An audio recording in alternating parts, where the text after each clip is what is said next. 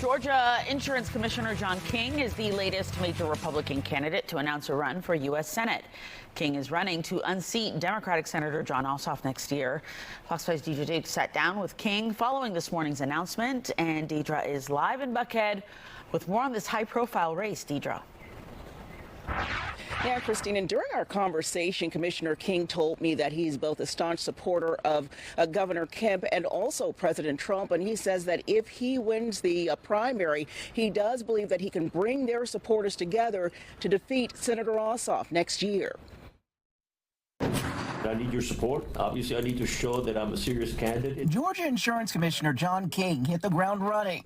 He spent Monday morning making fundraising calls after entering the race for U.S. Senate. We've been able to solve some major problems here in Georgia because we've had serious people running in our government.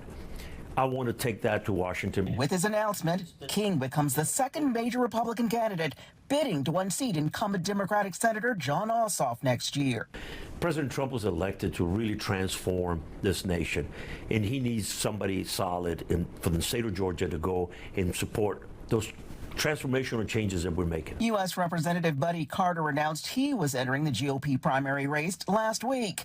The race for Georgia's U.S. Senate seat starting to take shape after Governor Brian Kemp announced last week he won't run for Senate in 26. Kemp was widely seen as the strongest Republican challenger to take on Ossoff. On Friday, Congresswoman Marjorie Taylor Greene announced in a post on X that she is also passing on the Senate race. King, who was born in Mexico, became Georgia's first Hispanic statewide official when Governor Kemp appointed him to office in 2019. He took on the role after having served as an Atlanta police officer, the chief of the Doraville Police Department, and as a major general in the U.S. Army National Guard. I am the only candidate that has supported President Trump in getting him reelected, but also a solid, Team Kemp.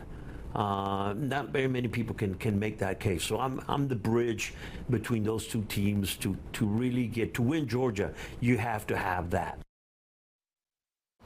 Now, as this high-profile race begins to take shape, of course, there are other high-profile names being put out there as possible contenders for the Senate seat, including Secretary of State Brad Raffensperger. So speculation still swirling around this race.